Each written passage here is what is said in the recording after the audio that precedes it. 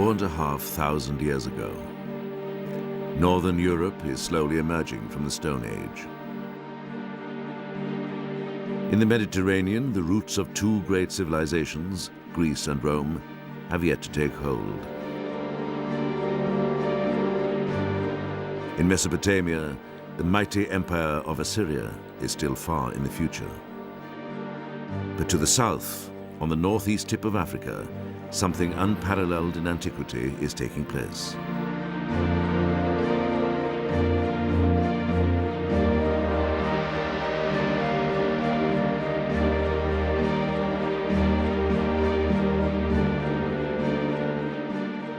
Rising from the banks of the Nile River in Egypt are three colossal pyramids, monuments to the most enduring civilization the world would ever see.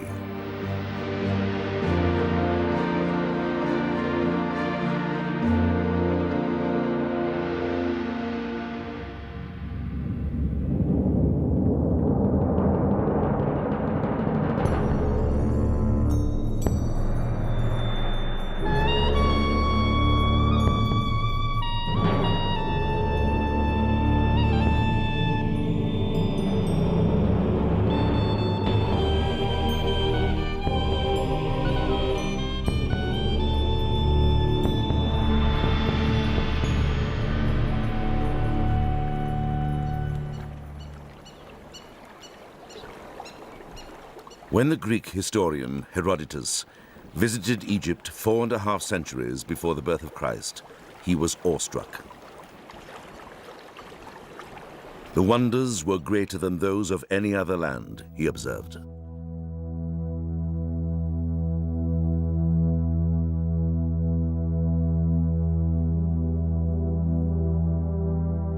There were pyramids taller than any man-made structures on Earth. Avenues of sphinxes, half man, half beast. And towering stone pillars called obelisks. There were giant statues of long-dead pharaohs. And exotic mummies encased in gold. And everywhere, the enigmatic symbols of its sacred writing.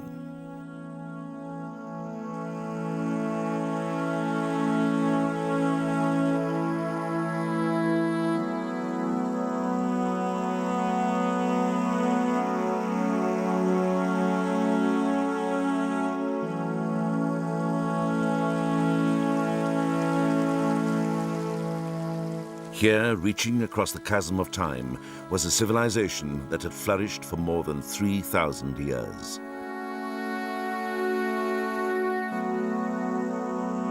To the ancients, Egypt was already ancient.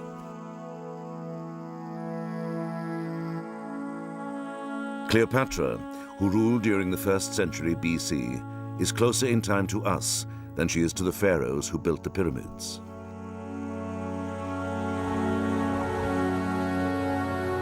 Egypt is so old that for centuries its origins remained shrouded in mystery.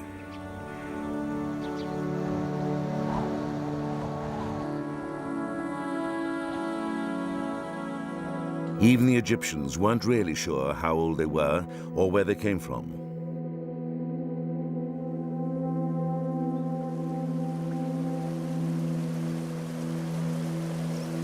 Herodotus said Egypt was the gift of the Nile.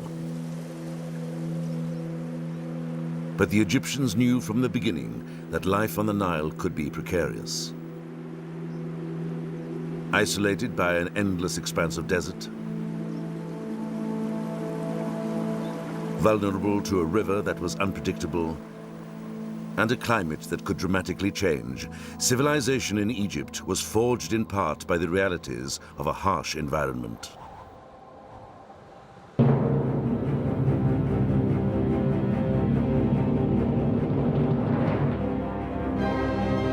The Egyptians called it chaos. Lurking in the background were powerful forces waiting to be unleashed.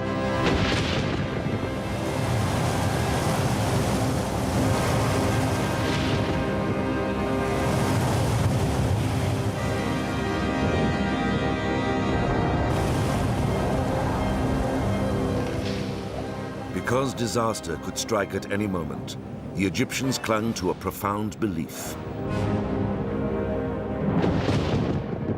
Order, not chaos, was the will of the gods.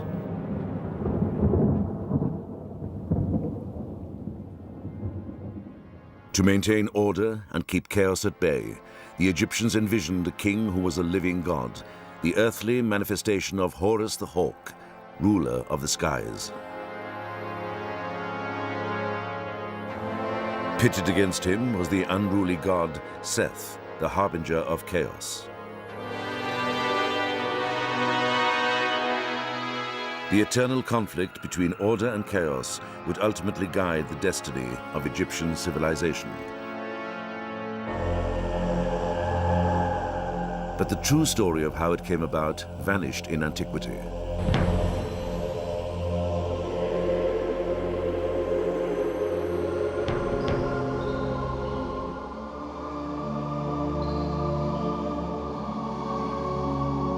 In the twilight of Egypt's greatness, around 300 BC, a priest named Manetho began the awesome task of compiling the first complete history of Egypt.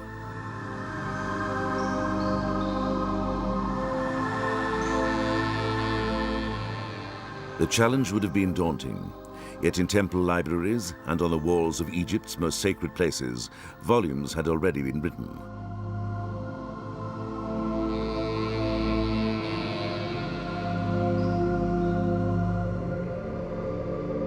A 1,000 years before Manetho was born, the pharaoh, Seti I, built a temple at Abydos dedicated to Osiris, the god of the dead. In a special Hall of the Ancestors, his son, the future Ramesses II, is shown reading from a papyrus. The document, carved on the wall in hieroglyphs, contains a list of 76 royal names in chronological order.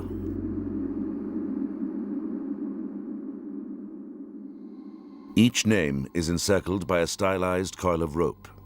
The symbol, called by Egyptologists a cartouche, identifies a king.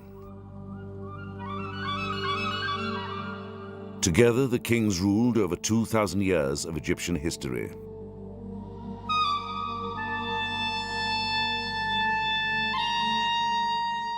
Using temple documents such as these, Manetho organized his history into 30 royal dynasties.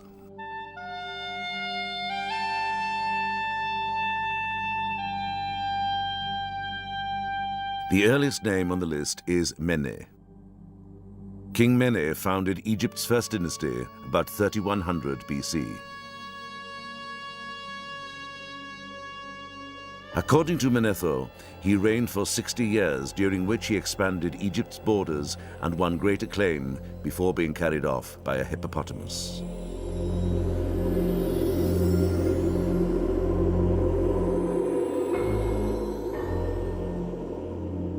Before King Mene, Egypt was ruled by demigods called the spirits of the dead, but their names were long forgotten.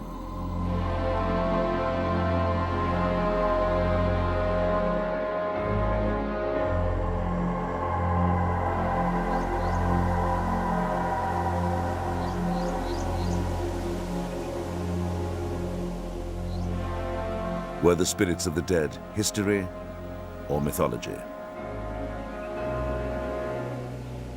Where did Egyptian civilization really begin?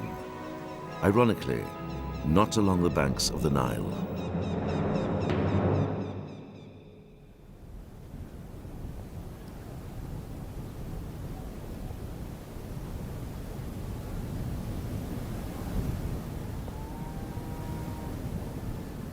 "70 miles west of the Nile in the Sahara Desert, it's so hot and dry, what little rain that falls evaporates before it hits the ground.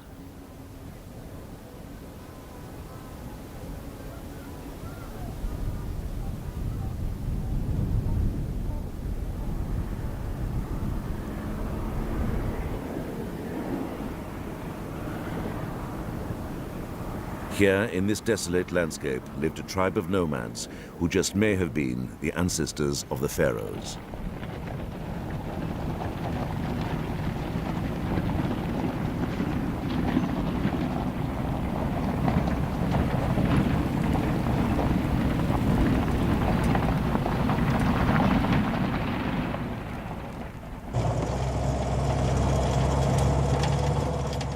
Fred Wendorf of Southern Methodist University in Dallas, Texas, heads an international team of archaeologists who've been scouring the desert looking for signs of human occupation.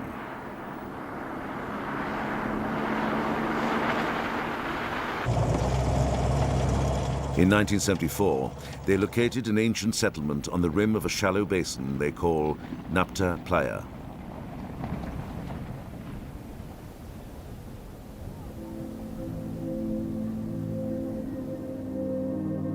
The Sahara was not always parched and arid.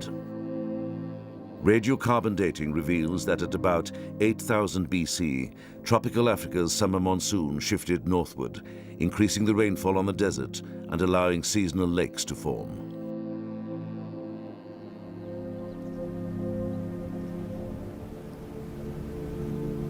One such lake was Nabta Playa. Here, surrounded by stretches of grassland to feed their livestock, people could take shelter from the heat and the vagaries of the desert.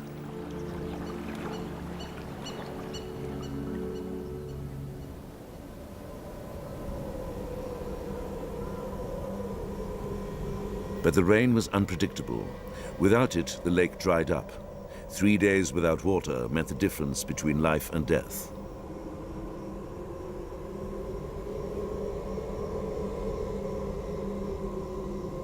With survival hanging in the balance, a remarkable thing happened.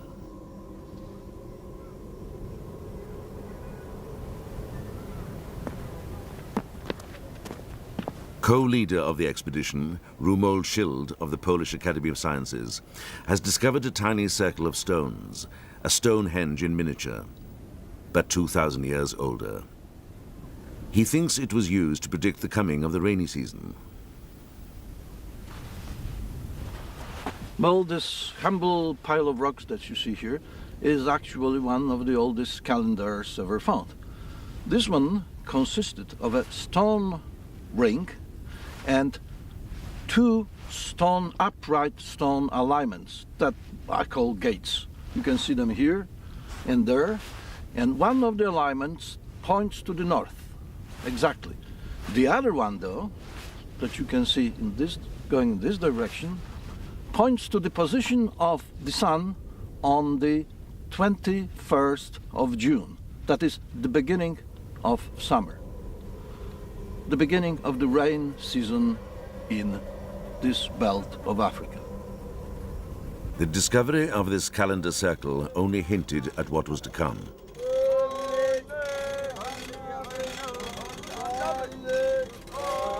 Nearby, several unusual stones were also found, arranged in circles marking the location of deep pits.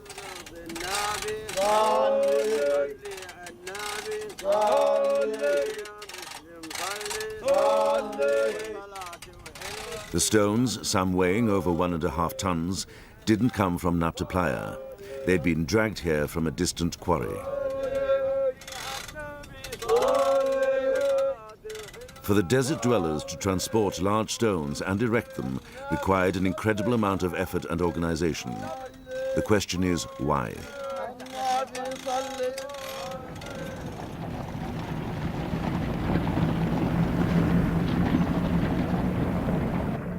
Fred Wendorf thinks they may mark the graves of important people or honor their spirits. Perhaps someone powerful enough to intercede with the gods and bring rain. One of the most imposing objects was found in this pit, perhaps the final resting place of a ruler or a chieftain.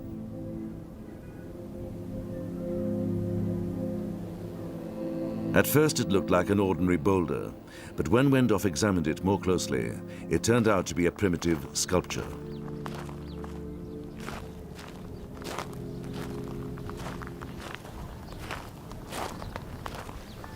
We found this very large and carefully shaped stone down in this hole, about 1 meter above the large bedrock outcrop here that's shaped like a mushroom.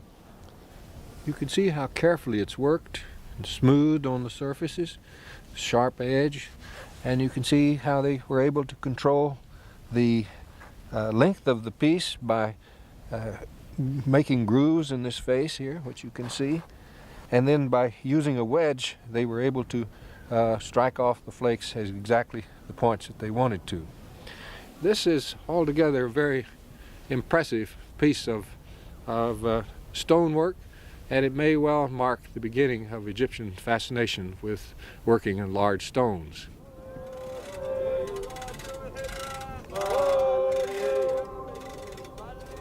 It is also an important marker of social rank, because the ability to control large numbers of men that were needed to shape this stone, to bring it into position, to shape the bedrock below, required that there would be numerous people for a considerable period of time to accomplish all of this. And this indicates that this individual had a higher rank than the others. Here, 7,000 years ago, the first crude monuments in Egypt rose from the desert to honor a fallen king and bring order out of chaos. But for the people of Nabta Playa, the sands of time were running out.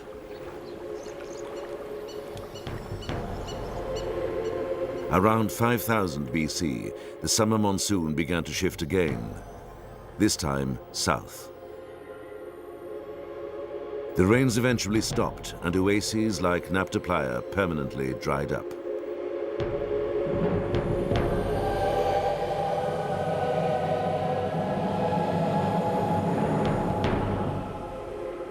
Forced to abandon the desert, the settlers headed due east, towards the Nile.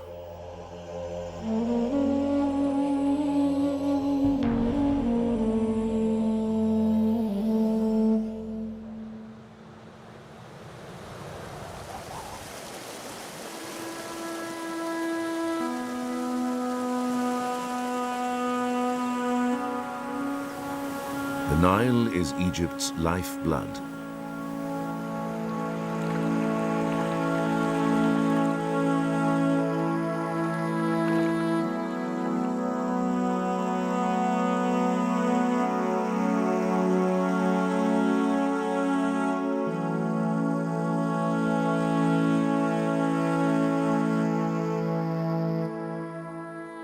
From origins deep in East Africa, the river flows northward some 4,000 miles before reaching Egypt's Nile Valley, an oasis over 600 miles long.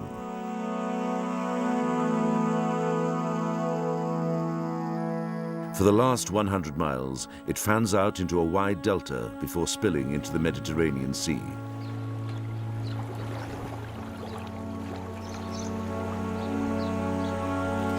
Throughout Egyptian history, the Nile was both a blessing and a curse. Once a year, swollen by monsoon rains in Ethiopia, the river flooded its banks, depositing nutrient-rich soil Egyptians called the Black Land.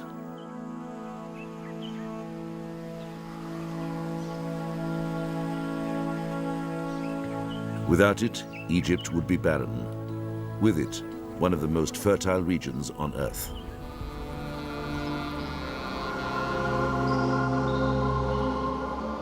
But in the past, the river was as unpredictable as rain in the desert.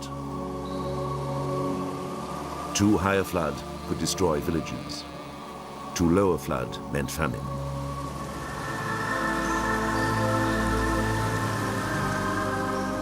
To escape the chaos of uncertainty, the Egyptians devised the world's first calendar based on 3 seasons of 4 months each.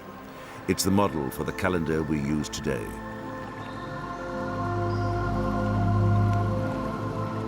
But this time, they weren't watching the weather. They were watching the Nile.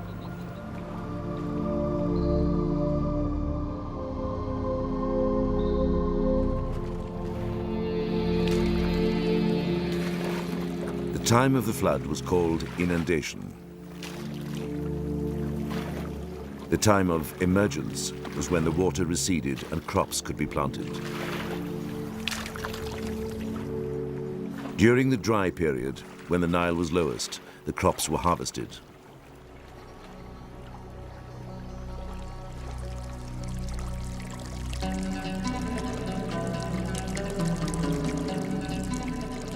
Working together, the Egyptians dug wells, built dikes to protect their villages, and developed the rudiments of geometry to redraw their property lines each year.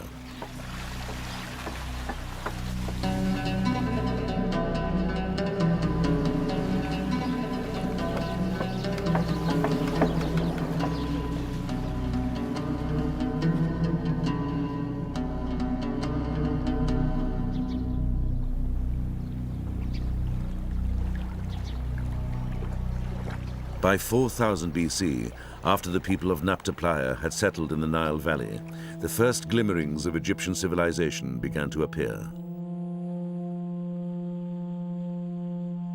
Beautifully decorated pottery, animal-shaped palettes designed for mixing cosmetics,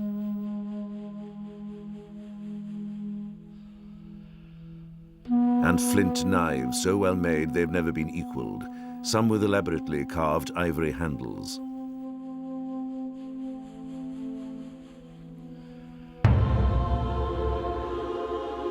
Gradually, between 4000 and 3000 BC, two powerful kingdoms emerged. Because the Nile flows from south to north, the kingdom that flourished in the Nile Delta is called Lower Egypt, the land of the papyrus plant. The kingdom of Upper Egypt, the land of the lotus, blossomed in the Nile Valley. The symbols of the two kingdoms are woven together throughout Egyptian history. They signify the union of the two lands into the world's first great civilization.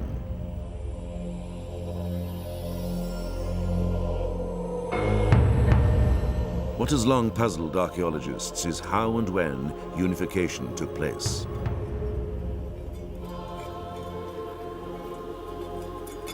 Renee Friedman of the University of California at Berkeley and her colleagues are looking for clues at the site of the ancient capital of Upper Egypt. What you got over there, Sean? We got what appears to be a man. Called by the Greeks Hierakonpolis, the city of the hawk, it was Egypt's first city. Any soft material preservation? About 35 to 50-year range. Today, its monuments and structures are long gone. Instead, craters dug by robbers litter the site.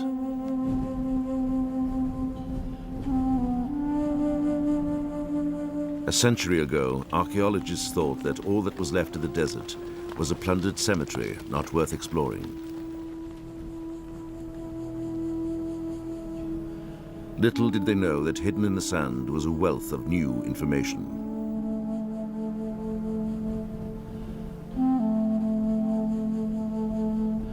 New discoveries show that by 3500 BC, Hierakonpolis was one of the most important settlements along the Nile.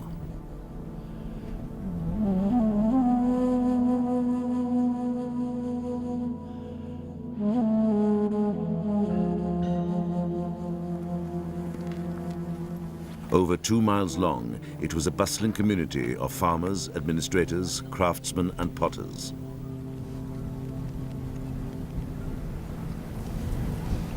One potter was manufacturing cookware for his neighbors. He signed his pots by pressing his thumb into the wet clay just below the rim. 5,000 years later, fragments still cover the ground near his kiln.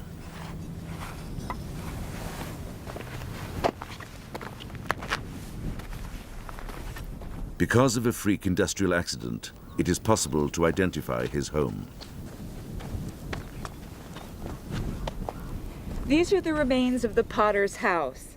It's the oldest preserved house in all of Egypt, and we owe its fine preservation to the fact that the potter worked a little bit too close to where he lived. Fortunately for us, but unfortunately for him, one day a shift in the wind caused the fire from the kiln to travel the short distance to the house, setting it alight.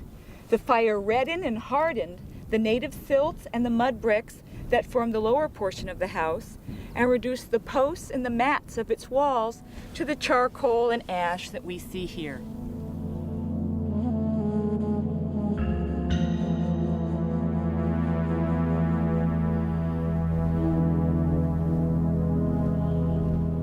On the north side of town was a vast industrial complex of bakeries, Egypt's earliest known breweries, and granaries for storing wheat.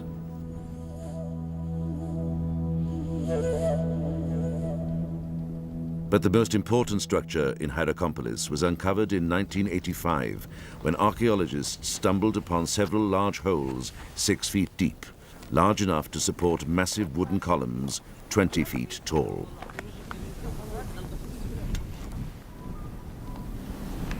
These columns formed the facade of a massive shrine that would have dominated the entire temple complex and the town of Hierakonpolis as a whole.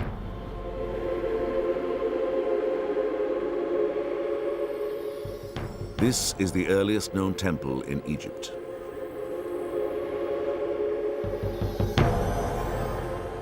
Nowhere was the power of the king more evident. During ritual ceremonies, the king, seated on a throne, would oversee the sacrifice of animals to the hawk god Horus, the patron of all future kings of Egypt.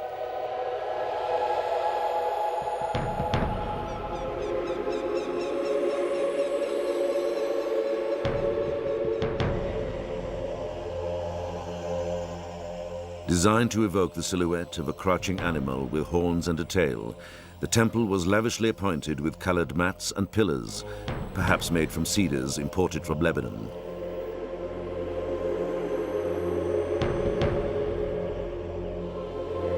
The prototype of all the great temple complexes to come, it dominated the landscape of Hierakonpolis.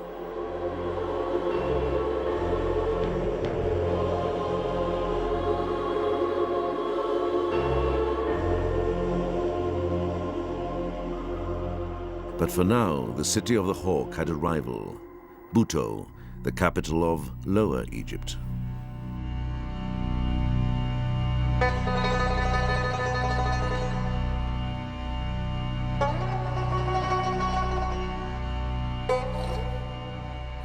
Situated north of modern Cairo in the Nile Delta, today all that remains of Buto is a huge mound of earth and debris, and these stones and statues, which are dated 2,000 years later.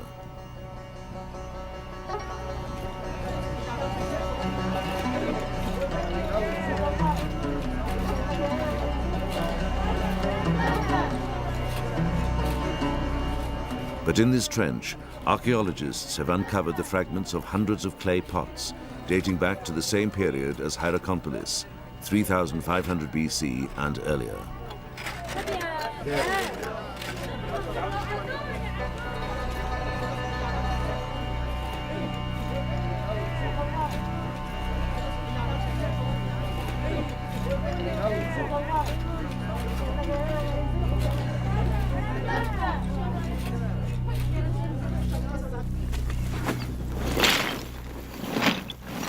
Dina Faltings of the German Archaeological Institute is in charge of the excavation and an expert in the study of ancient pottery. By reassembling the fragments and comparing them to pottery from Hierakonpolis, she's made a surprising discovery.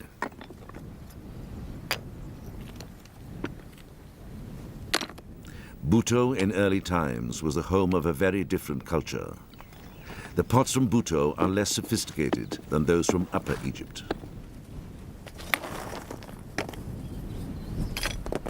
You have here a lump of clay on the bottom, and then they put in some upright slabs, and they just squeeze this together and burnish the surface to close it. In contrast to that, we have some imports from Upper Egypt, like this pot. It's a very little elegant form. The quality is, you can hear it, it's much tighter. And well, this comes from much better technology. They had better kilns in Upper Egypt. And obviously the Lower Egyptian people who made this kind of pots realized that too, so they tried to imitate these pots. But with their Lower Egyptian technique and skill, which is not very high, so they didn't do a very good job.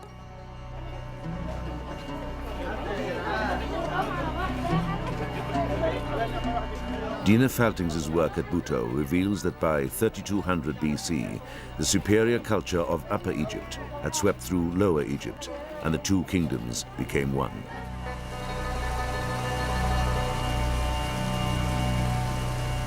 But was the transformation peaceful? Or was it bloody?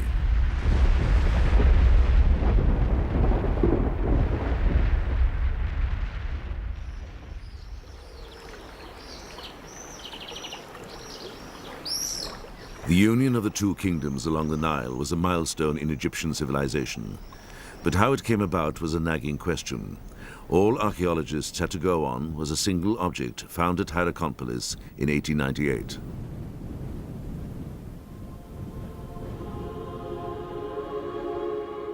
This exquisite ceremonial pallet, made of slate, dates back to around 3100 BC.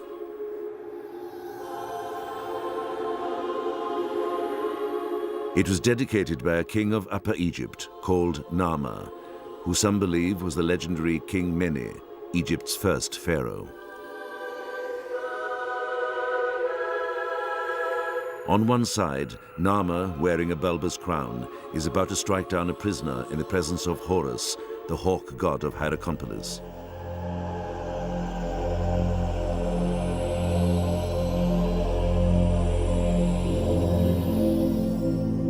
On the other side of the pallet, Narmer, wearing a crown with a curled tongue, appears in a procession moving towards two rows of decapitated prisoners. The lions, their long necks intertwined, symbolize unification. The key to understanding Narmer's pallet is in the crowns.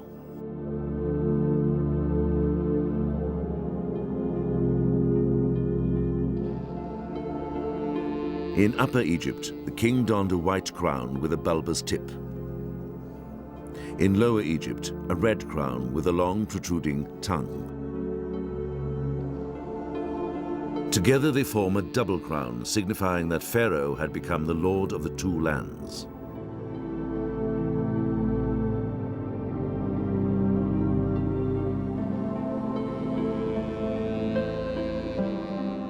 For the next 3,000 years after unification, the image of the king wearing a double crown would appear on statues and temples throughout Egypt to reinforce his dominion over all the land.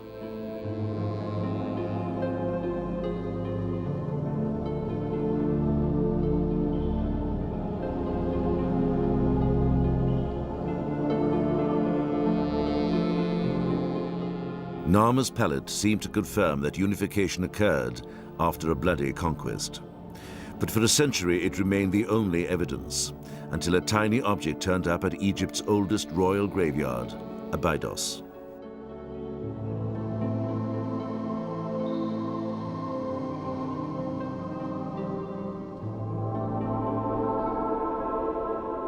Believed to be the final resting place of Osiris, the god of the dead, the ground is strewn with broken pots, the shattered remains of offerings to one of Egypt's most important gods.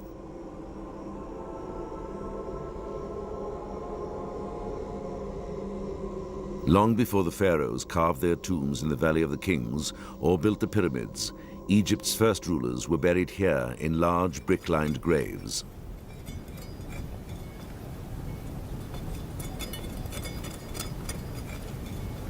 Extensively explored around the turn of the century, Abydos was thought to have yielded up all of its secrets until 1977, when German archaeologist Günter Dreyer reopened the site. يا علي. ايوه ازيك؟ Since then, he and his team have reinvestigated the tombs of several early kings, including that of King Narmer. هنا. زي كده. ايوه. ايوه ماسك كويس. ايوه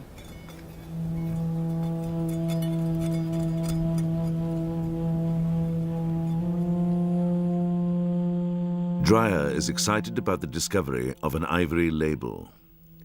Labels like this were originally attached to jars of oil. Small as it is, it contained a big surprise. It seems to depict the event on Narmer's pallet.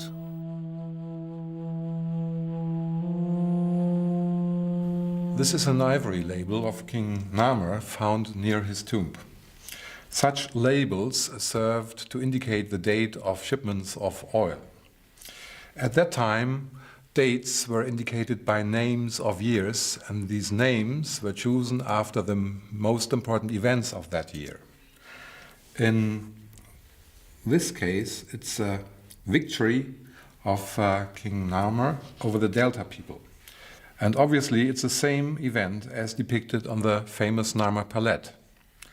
From this, we may conclude that the Narmer Palette indeed refers to a historical event which took place in a certain year.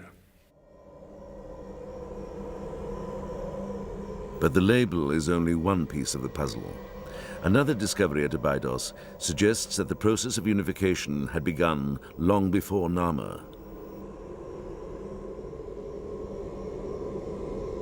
Under these mounds of rubble, Dreyer found the tombs of kings from a previously unknown dynasty, which Egyptologists now call Dynasty Zero. In the tombs were more labels, even more astonishing than the first. Here, etched in ivory, was clear-cut proof the Egyptians had developed a fully evolved system of writing, not only earlier than previously thought, but earlier than the Sumerians in Mesopotamia, who are credited with being the first to produce a written language.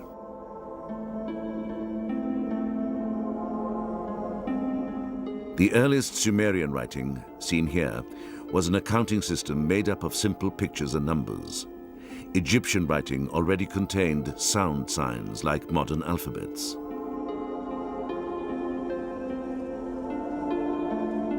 The hieroglyphs on these labels all represent sounds. The snake stands for the sound J. Along with two triangles, it spells out the word Ju, which means mountain. The symbols read, the mountains of darkness, referring to the west where the sun sets.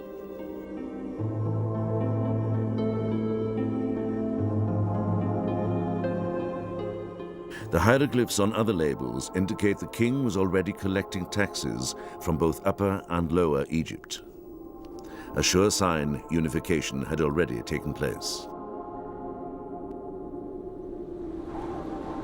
To consolidate the kingdom, a new capital was built exactly where Upper and Lower Egypt meet. Founded by King Mene, who Egyptologists believe is the historical King Narmer, Memphis was destined to be the greatest city in the land.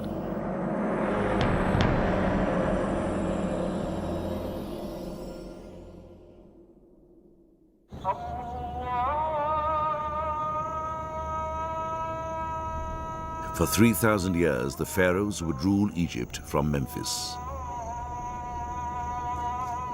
Yet today, all that's left are ruins, but none dating back to the time of King Narmer.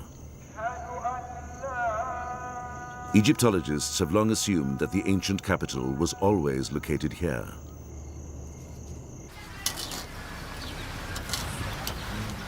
But David Jeffries of the Egypt Exploration Society thinks Memphis was somewhere else and has spent 9 years trying to find it.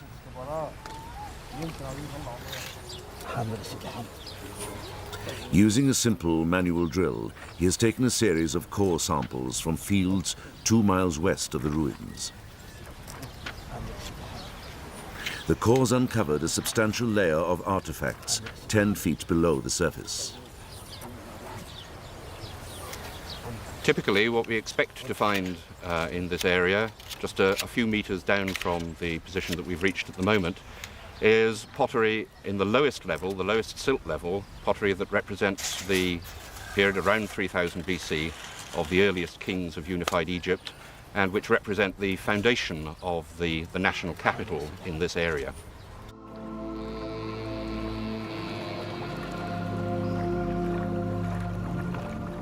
What would cause the nation's first capital, a grand city of palaces and temples, homes and administrative buildings, to pick up and move? Two great natural forces, the desert and the Nile. We're standing here on the very edge of the Western Desert, looking over the Nile Valley towards the cliffs on the east side, The valley is only 7 kilometers wide here. It's as narrow as it is anywhere in this northern part of the Nile Valley. And what we believe we've established, we're looking down at the area where we've been doing these drill cores, what we believe we've established is that the river flowed very close to this desert edge and that the city actually stood along it, directly below where we are, and that as sand swept in from the western desert and as the river at the same time moved eastwards, that the city followed the movement of the river to where the recognized ruin field is today, about 3 kilometers across the valley. The chaos of the shifting Nile on one side and the encroaching desert on the other haunted the Egyptians throughout their history.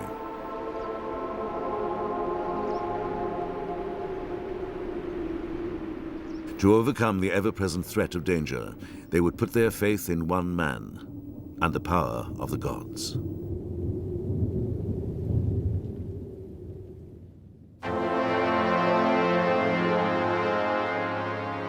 To protect themselves from disaster, the Egyptians vested their king with absolute power and worshipped him as a god. Only a god could talk to gods, and only a god could avert chaos. To preserve order, called Maat, personified as a seated goddess with a feather on her head, the pharaoh undertook daily rituals. To appease the gods, he built elaborate temples and furnished them with food, drink, and other offerings.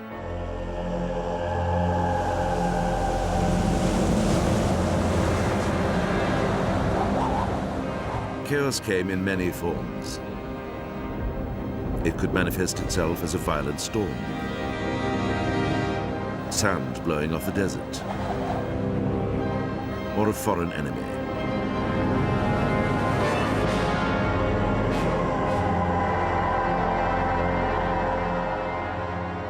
Images of the pharaohs as triumphant warriors are repeated again and again throughout Egyptian history. This one of Ramesses II appears on a temple constructed nearly 2,000 years after Narmer conquered Lower Egypt.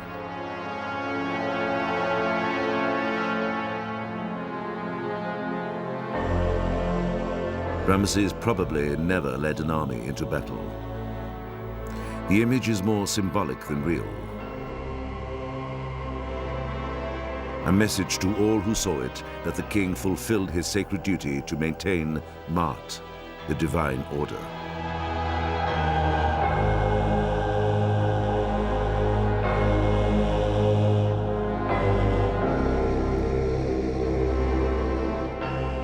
More likely, the pharaohs supervised their military campaigns from afar.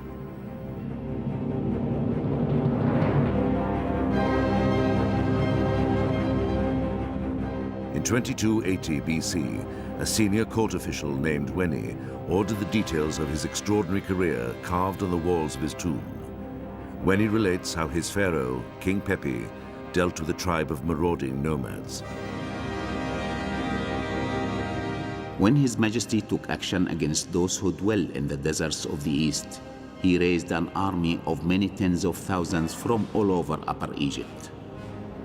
There were noblemen, seal bearers, chieftains, and mayors. I was the one who commanded them.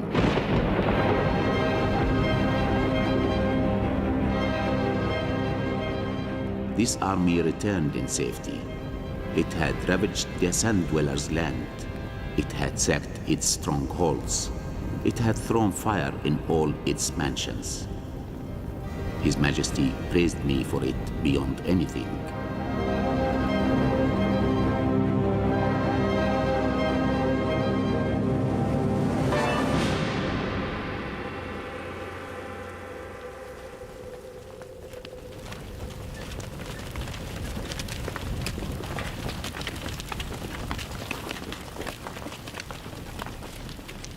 With awesome power and destructive force, chaos could also erupt out of nowhere.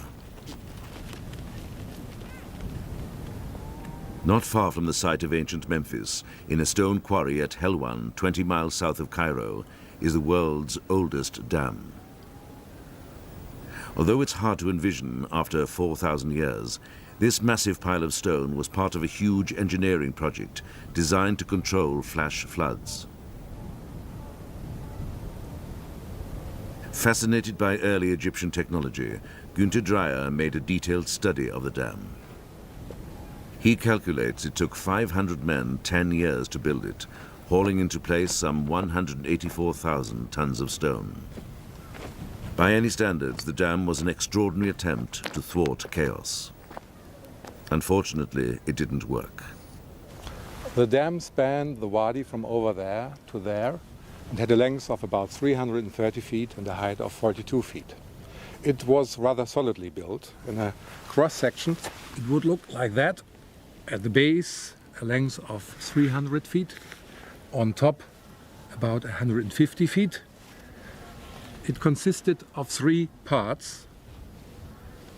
In the middle, a loose filling of sand, and on both sides, a package of rough stones, covered by a casing of dressed limestone blocks. Unfortunately, the dam was overflowed before it was finished. The water came over here and destroyed the unfinished part, and then within a few minutes, huge amounts of water ran down the wadi and destroyed all installations downwards. And so the work of about 10 years and 500 workmen was just in vain.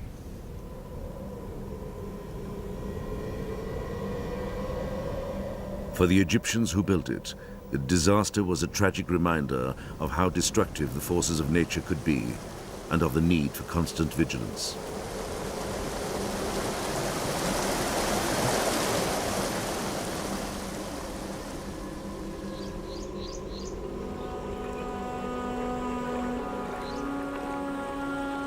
It was the Egyptians' unique vision of the cosmos, shaped by their environment, that sustained the world's most enduring civilization.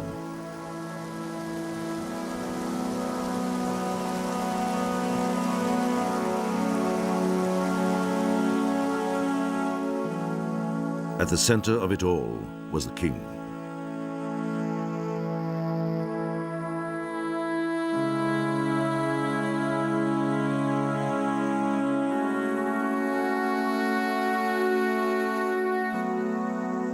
With skills forged by his ancestors in the desert and honed along the banks of the ever-changing Nile, he maintained the balance of the universe with justice and piety. He fought the unrelenting onslaught of nature, social upheaval, even the supernatural.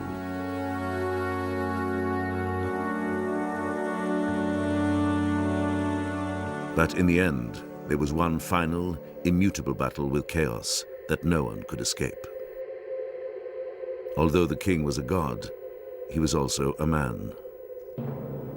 He was going to die.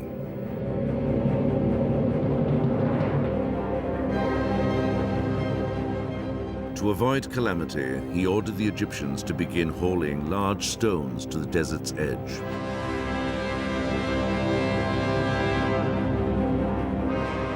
Slowly, a new kind of monument arose that would come to symbolize the king's ultimate triumph. The triumph of eternal life. The age of the pyramid builders had begun.